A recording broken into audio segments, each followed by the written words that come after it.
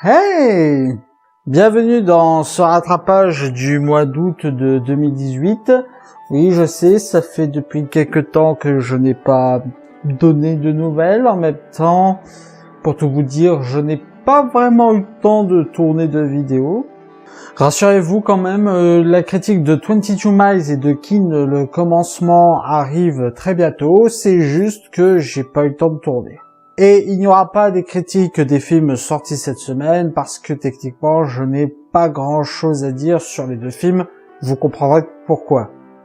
Donc du coup je les inclus dans ce rattrapage, même si c'est vrai qu'ils ne sont pas sortis en août mais en septembre. Ça remplira un peu plus la vidéo.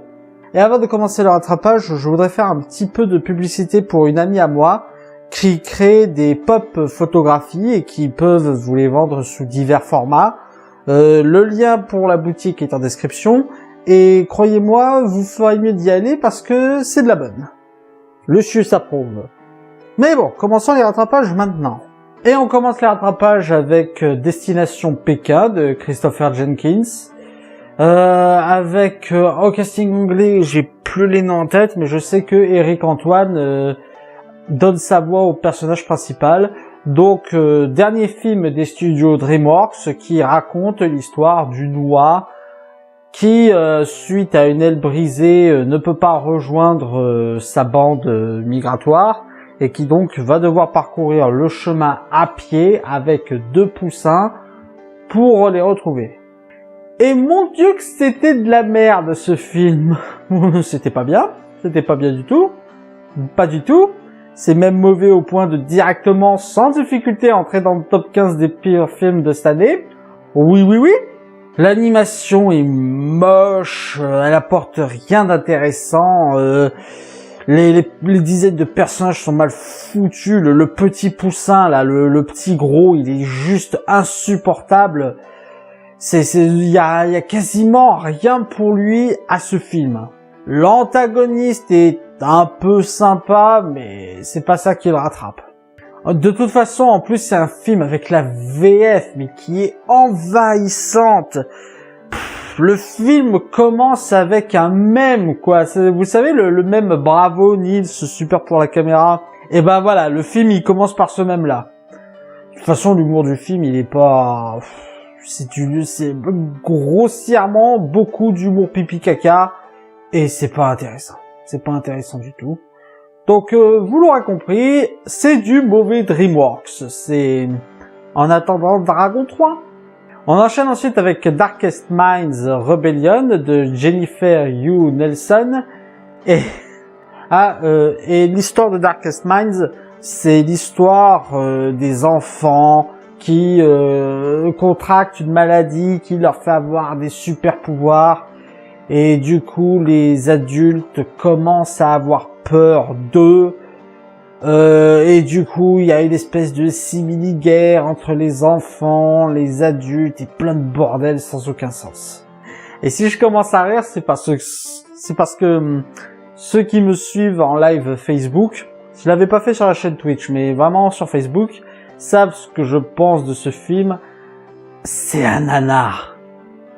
Ce film n'a absolument aucun sens.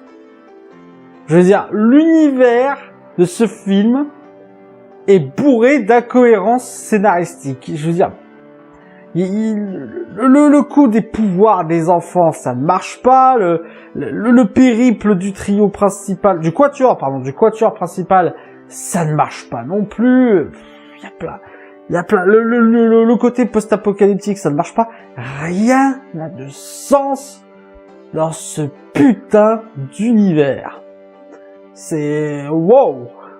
Alors, le couple principal est un peu mignon, mais la manière dont il doit se défaire est totalement con. Ce film est d'une connerie. Oh là là, mais j'ai jamais vu ça. Je vois rarement des films aussi cons, quoi. Mais oh la vache. Et c'est ça qui est censé être la prochaine saga littéraire, donc. Eh bah putain. Je pense que le problème est surtout dû à l'adaptation parce que je sais pas, il y a des trucs où tu sens que ça vient du livre, mais que tu sens que le film le retranscrit très mal, comme les réactions de l'héroïne principale qui ne vont pas du tout avec sa personnalité. Non, je sais pas. Pour moi, film qui n'a aucun sens, univers qui n'a aucun sens, un gros nanar. Il est aussi entré dans le flop 15 de cette année, mais je suis pas sûr qu'il va rester parce que j'attends des bouses. Et on enchaîne avec Luca de Julia Leclerc, avec entre autres Jean-Claude Van Damme dans le rôle titre. L'histoire donc d'un videur de boîte de nuit qui se fait embaucher par une mafia locale pour blanchir de l'argent, et qui joue les taupes en fait pour un agent d'Interpol qui a des méthodes plutôt vicieuses. J'ai pas grand chose à dire sur ce film, il est pas mauvais, il est pas bien non plus, il est je sais pas, il y a quasiment rien à dire en fait sur ce film. Il est presque ennuyeux. Un truc qui peut être intéressant venant de sa part, c'est qu'il inverse en fait nos échelles de valeur.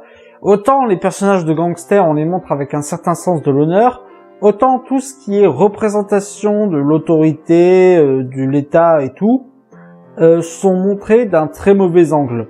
Du coup, est-ce que le film a pour but de basculer le point de vue et de nous mettre du côté de ceux qu'on présume être les méchants? C'est pas impossible, oui, c'est peut-être un élément. Mais le film, au final, il se déroule, il n'y a pas grand-chose à dire. C'est pas palpitant, on essaie de nous faire monter un intérêt sur le personnage principal, interprété par Jean-Claude Van Damme, en disant qu'il a un passé tragique et tout. Et plus t'apprends sur son passé, bah, plus tu trouves son passé fade, en fait. Je sais pas, le film n'est pas marquant. Le film, pour moi, il m'a laissé froid. C'est pas un mauvais film du tout, hein, je me suis pas dit que je passais un mauvais moment devant ce film. Simplement, je suis sorti de la salle, bon, pas extraordinaire. Vient ensuite le film Alpha de Albert Hughes, qui apparemment adapte son propre roman. L'histoire donc d'un jeune chasseur d'une tribu, vous savez, des tribus genre préhistoriques et tout, qui va vouloir rentrer chez lui, et qui pour cela se fera aider d'un loup. Le film, je croyais que j'allais ne pas l'aimer. Au final, il s'en sort pas trop mal. Il est plutôt intéressant. Le film n'hésite pas à être assez réaliste sur les conditions de survie, même s'il y a un coup, le coup de la cheville cassée, ça m'a un peu fait crisper parce que j'ai un passif au niveau des chevilles cassées et quand j'ai vu l'état de sa cheville, j'étais mais ça prouve que les trucages physiques sont bien faits, alors que les trucages numériques, c'est mioche, ou c'est très moche, ou c'est dégueu. C'est dommage, les animaux faits en images de synthèse dans ce film sont ignobles. C'est pas possible. C'est pas possible. J'ai jamais vu des animaux faire aussi fake, quoi. Et c'est dommage parce que ça gâche un peu le film qui, globalement, est plutôt intéressant, qui, globalement, nous fait croire à la relation entre le jeune chasseur et le loup. Je sais pas s'ils ont voulu prendre des chasseurs amérindiens, mais j'ai une impression bizarre en voyant les personnages principaux. Je les ai trouvés trop hollywoodisés. Trop blanc, trop propre sur eux, je sais pas, je trouve que ça ne colle pas. Je trouve que ça colle pas vraiment avec l'ambiance que le film veut nous donner. Après, il y a tout le côté le chasseur, la responsabilité de l'alpha, la tribu, ce qui est bien, c'est que le film ne remet pas totalement en cause ses perspectives, mais modifie ses perspectives pour les adapter. Et en soi, c'est un film qui ne nie pas les principes de base, mais dit que ça peut se modifier et donc ça peut évoluer. Et ça, je trouve ça plutôt intéressant. Donc un film, ça va quoi, c'était plutôt pas mal, un bon petit film. Je ne le reverrai pas, ça m'étonnerait, mais ça a le mérite de vous faire passer un bon petit moment. Bah tiens, en parlant d'animaux, un nouveau jour sur Terre, le nouveau documentaire de, je crois que c'est de la BBC, je crois, je suis pas sûr. Hein. Nouveau documentaire donc qui va suivre pendant l'espace d'une journée la vie de plusieurs animaux sur Terre. Très intéressant. Alors c'est très difficile pour moi de critiquer un documentaire. C'est un des films que j'ai vu cette semaine. Hein. C'est pour moi très difficile de critiquer un documentaire parce que de base un documentaire, ça n'a pas de scénario. Il n'y a pas une histoire, il n'y a pas une morale, tout est seulement informatif. Comme je me concentre surtout sur le scénario, j'ai toujours du mal à m'expulser niveau documentaire. Ceci dit, celui-ci a un intérêt plutôt pas mal, c'est que d'habitude les documentaires animaliers se concentrent sur une seule espèce. Là, le film prend plutôt plusieurs espèces d'animaux, il en prend beaucoup, et il ne se concentre que sur un moment dans leur vie. Un moment dans leur vie qui est donc représenté par un moment de la journée. Et ça, c'est une approche qu'on n'a pas beaucoup l'habitude de voir dans les documentaires animaliers. Chose que je lui reprocherais, c'est qu'il est un peu trop positif. Je m'explique. Les documentaires animaliers, en général, ils se privent pas de nous montrer quelque chose de dur, parce que la nature est dure, la nature est moche, tous ceux qui vont me dire que la nature est belle, c'est faux, la nature est une sale pute. J'ai totalement pété les plombs sur cette phrase. Mais du coup, ouais, les documentaires animaliers n'hésitent pas à nous montrer à quel point la nature est dure et à quel point certains animaux, même bébés, se font manger. Ici, le film est assez lisse à ce niveau-là. C'est-à-dire que tous les animaux qu'on voit nous présenter, ils s'en sortent pas trop mal, ils s'en sortent bien, ils échappent au danger, et c'est assez frustrant. Ça enlève du réalisme, et pour un documentaire, c'est très dommageable. Après, il y a une chose que je peux pas lui retirer, c'est que niveau prise de vue et niveau angle, le film est assez balèze. J'ai jamais vu un ours d'aussi près. Surtout pendant le rituel dans lequel on nous le présente. C'est franchement bien fait à ce niveau-là. Les angles qu'ils ont choisis, il y a des images que je pense pas n'avoir vu dans un autre documentaire, et je pense que c'est déjà le film a fait l'effort d'être assez novateur sur les images qu'il nous montre. Donc ouais, un documentaire très sympathique, si vous avez l'occasion, je vous invite à le voir. Et on enchaîne avec Photo de famille, film de Cécilia Rouault, qui en est aussi la scénariste, avec entre autres Jean-Pierre Bacri, Vanessa Paradis, Chantal Lobby, je crois que c'est son nom, possible. L'histoire donc d'une famille qui vient d'enterrer leur grand-père, et qui se retrouve avec la grand-mère qui a Alzheimer, et on a en fait le film, c'est l'histoire de la famille qui gravite autour de cette grand-mère très malade, comment gérer sa maladie. C'est pas facile pour moi de parler de ce film. C'est pas facile pour moi de parler de ce film parce que il parle de choses qui me touchent directement. Je sais que c'est un film, je sais que c'est un drame français de base. Je sais que c'est un drame français qui ne propose pas grand-chose d'intéressant. Il y a certaines ficelles scénaristiques qui se voient un peu trop, comme la situation des petits-enfants, qui est totalement pas réaliste, hein, parce qu'ils cumulent les merdes comme pas possible. Mais c'est un film qui m'a parlé. C'est un film qui m'a parlé, qui m'a montré qu'il me comprenait, qui peut montrer aux gens qui ont une personne de la famille extrêmement malade, qu'il comprend ces gens-là, parce que s'occuper d'un être très malade, c'est pas facile du tout. On a tendance à rejeter la faute sur les membres de la famille, on a tendance à dire que la famille ne s'occupe pas assez de leur malade. Ce film a un autre angle, je trouve. Il a l'angle plutôt de la compréhension, de montrer à quel point s'occuper d'un être qui est dépendant de nous, c'est loin d'être facile. C'est un film qui m'a beaucoup parlé. Beaucoup parlé. Je comprends que vous ne l'aimiez pas.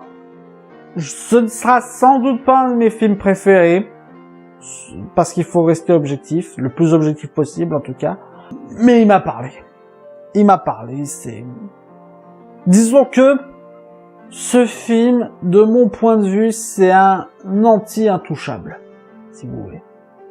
Intouchable, c'est un film que tout le monde a adoré sur le banlieusard qui s'occupe d'un riche en fauteuil roulant. Moi, Intouchable, je lui pisse dessus. Soyons clairs. Les réalisateurs, tous ceux qui ont travaillé autour d'Intouchable, même l'histoire vraie, je leur pisse dessus. Je chie sur leur tombe et je leur pisse dessus. Parce que justement, c'est le genre de film qui te dit que la famille ne peut pas comprendre un malade grave. Qui peut pas la comprendre, que pour avoir aidé un pauvre, pour ce pauvre handicapé, il a fallu un banlieusard niquer vos mères, voilà.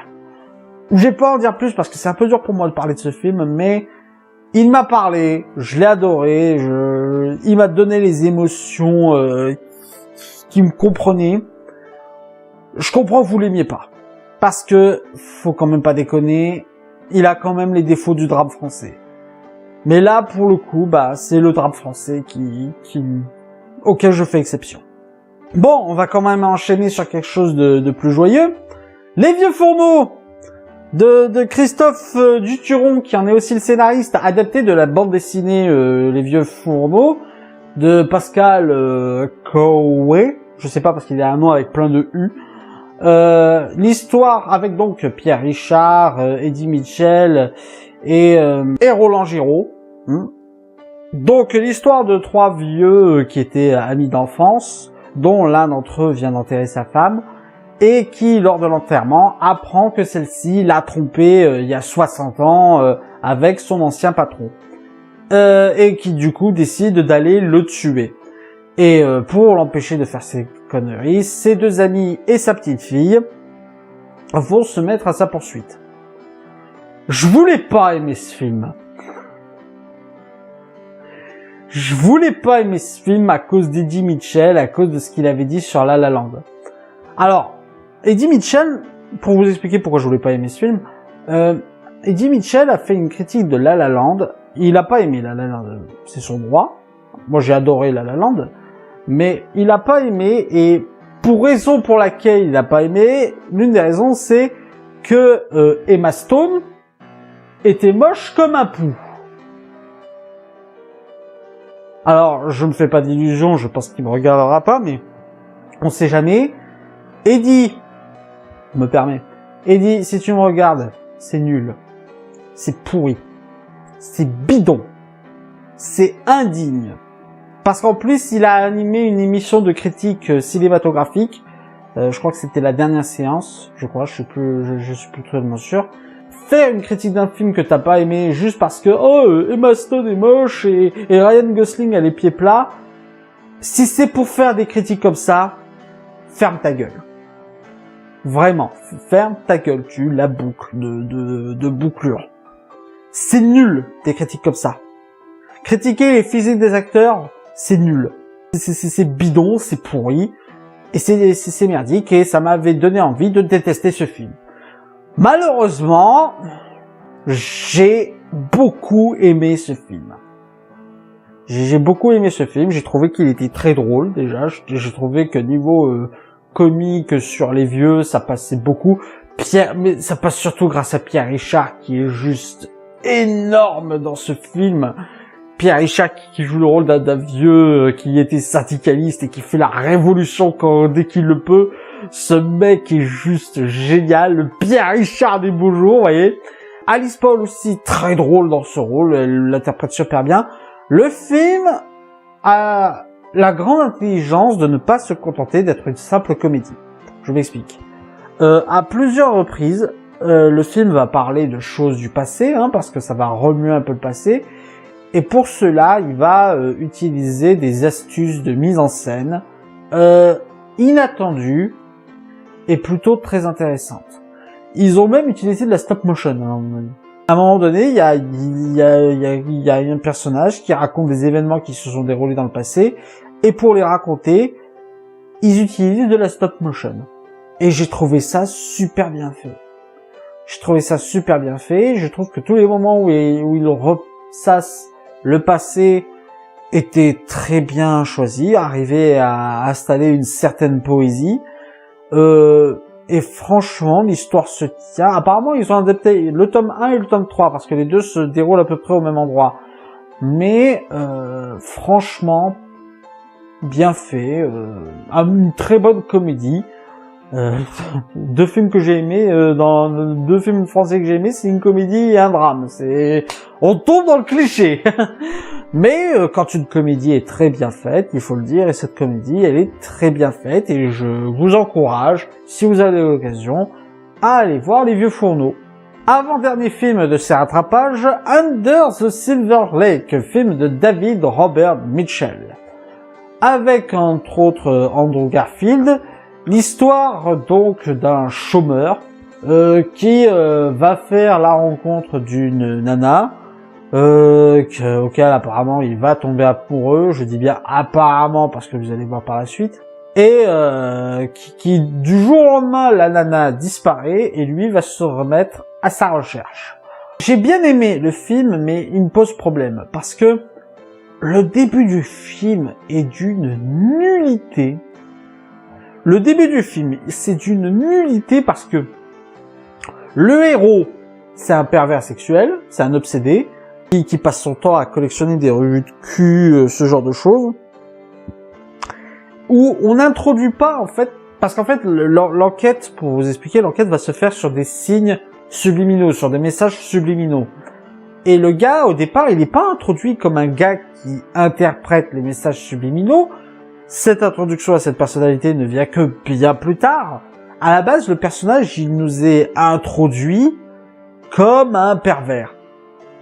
Comme un pervers qui adore mater sa voisine qui est vieille, qui adore mater les culs dans la rue, qui a un plan cul qui déjà est une bombe atomique, on va pas se mentir. Et voilà.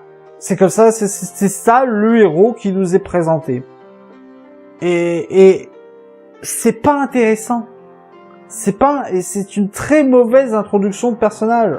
Je dis pas que le héros doit être un modèle de vertu, mais pour moi, pour m'introduire un héros qui va faire une enquête basée sur les messages subliminaux, j'ai besoin que le personnage de base, il soit quelqu'un qui interprète les messages subliminaux. Or, le gars n'est pas du tout introduit comme ça à la base. Et c'est dommage parce que par la suite, tout ce qui va s'enchaîner après, l'enquête en général et sur ce quoi il va découler, l'enquête est très intéressante. L'enquête est super intéressante, c'est ce qui rattrape totalement le film et c'est ce qui le rend bien, je trouve. La manière dont ils exploitent le fait qu'ils décodent les messages subliminaux est plutôt intéressante. La vision sur le Hollywood, sur le fait qu'on exploite des jeunes actrices est plutôt bien vue, aussi bien métaphoriquement que directement en fait. Mais en fait, ce film aurait été un de mes coups de cœur s'il avait eu un meilleur démarrage, parce que sans ça, je n'ai quasiment que du positif à dire. Il y a certains messages, je les ai pas compris, je comprends pas le coup du chien, du meurtrier de chien. Qu'est-ce qu'il vient faire là, cette affaire? C'est sous intrigue du meurtrier de chien, je comprends pas. Mais à part ça, tout le reste est plutôt bien fichu, faut le reconnaître. Donc voilà, un film, si vous avez la patience d'aller au-delà du début où il nous est introduit comme le pervers et tout, ça aussi, le fait qu'il nous soit introduit comme un pervers, du coup, on comprend pas pourquoi il tient tant à retrouver la fille. Je veux dire, la seule relation qu'il a avec cette fille, c'est qu'il a batté son cul. C'est un peu. Il a maté son cul et il l'a embrassé une fois alors qu'elle l'invitait chez lui. C'est un peu, excusez-moi. Enfin, dernier film de cette session de rattrapage, Papillon de Michael Neuer avec Charlie Hunnam dans le rôle d'un malfrat français qui, suite à un meurtre qui serait en fait un coup monté, se retrouve dans la prison de Guyane. Dans la prison en Guyane, dans une prison, dans un pénitencier en Guyane française. Le film est assez beau. Il est bien prenant visuellement. C'est apparemment une autobiographie fictive. Pourquoi fictive? Parce que le gars en question, c'est un vrai mitard, hein, le gars a réellement existé, mais apparemment, son autobiographie, c'est apparemment beaucoup de fiction, en fait. Il y a beaucoup de fiction dans ce qu'il dit. Pour le reste, ça reste un bon film. Ça reste un bon film. Très violent, par contre. Je le conseillerais pas à le mettre entre toutes les mains, parce qu'il est très violent, il est très cru sur les conditions carcérales, sur la corruption, sur l'isolement. Il y a tout un passage, il y a toute une scène sur le personnage qui vit dans un isolement total. Son passage dans la folie est juste énorme. C'est vachement bien fichu. Pour le reste, c'est plutôt bien fait, la photographie est super belle. Le scénario se tient plutôt bien. J'ai pas grand chose de négatif à dire dessus. Juste que c'est très violent et que je ne le conseillerais pas à toutes les mains. Mais, dans l'ensemble, ça reste très bien.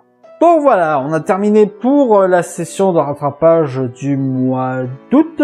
J'espère qu'elle vous aura plu. N'hésitez pas à mettre un pouce vert si c'est le cas et à partager sur les réseaux sociaux. D'ici là, allez au cinéma. Ciao!